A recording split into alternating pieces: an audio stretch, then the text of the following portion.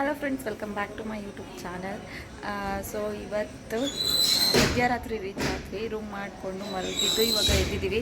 ಇವಾಗ ಸ್ನಾನ ಮಾಡಿಕೊಂಡು ರಾಯರ ದರ್ಶನಕ್ಕೆ ಹೋಗಬೇಕು.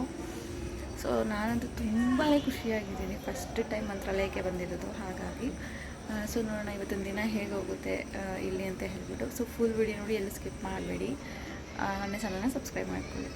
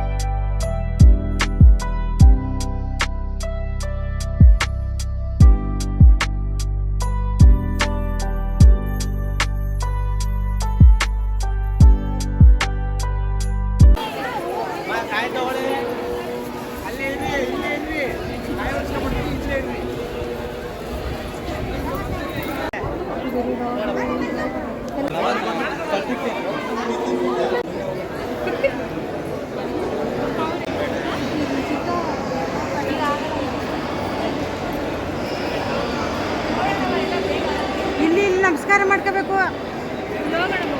ಇಲ್ಲಿ ಸರೀಶ್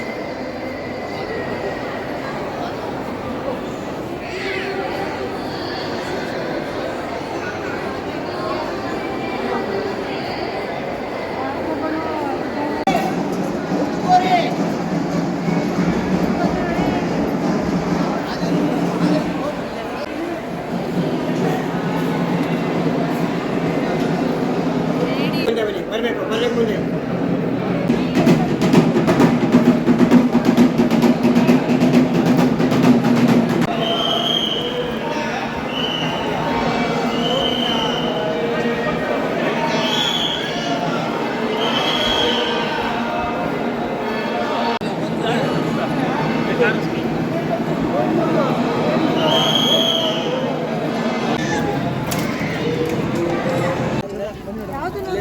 ದೊಡ್ಡದು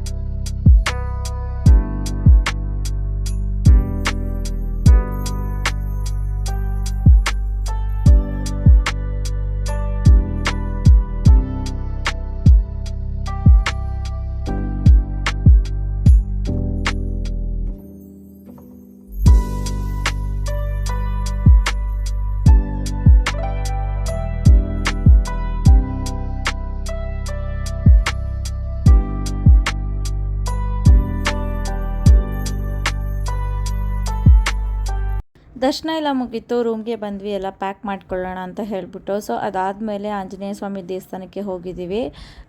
ಸೊ ಇಲ್ಲಿ ದರ್ಶನ ಎಲ್ಲ ಮುಗಿಸ್ಕೊಂಡು ಇನ್ನೊಂದೆರಡು ಕಡೆ ಪ್ಲೇಸ್ಗೆ ಹೋಗಿದ್ವಿ.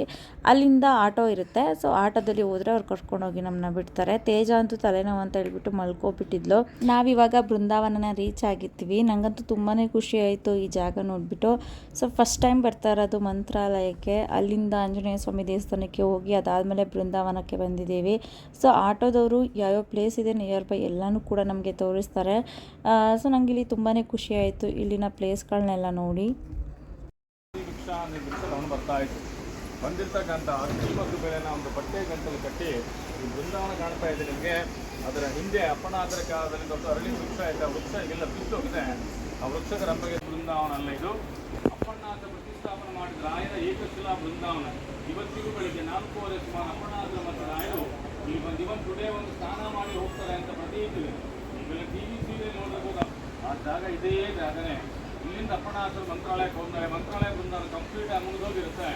ಆ ಬೃಂದಾವನಗಳು ಚೆನ್ನಾಗಿ ಅಪ್ಪಣ್ಣಾಸರು ಮುಗಿಸೋ ಕೆಳಗಡೆ ಬೀಳ್ತಾರೆ. ನೆಕ್ಸ್ಟ್ ಬೃಂದಾವನದಿಂದ ಮತ್ತೆ ಆಂಜನೇಯ ಸ್ವಾಮಿ ದೇವಸ್ಥಾನಕ್ಕೆ ಹೋದ್ವಿ. ಅಲ್ಲಿ ಸ್ವಲ್ಪ ಚಾಟ್ಸ್ನ ತಿಂದ್ಕೊಂಡು ಸೊ ಆಮೇಲೆ ದರ್ಶನ ಎಲ್ಲ ಮಾಡಿಕೊಂಡು ಇವಾಗ ಮತ್ತೆ ಟ್ರೈನ್ ಇತ್ತು.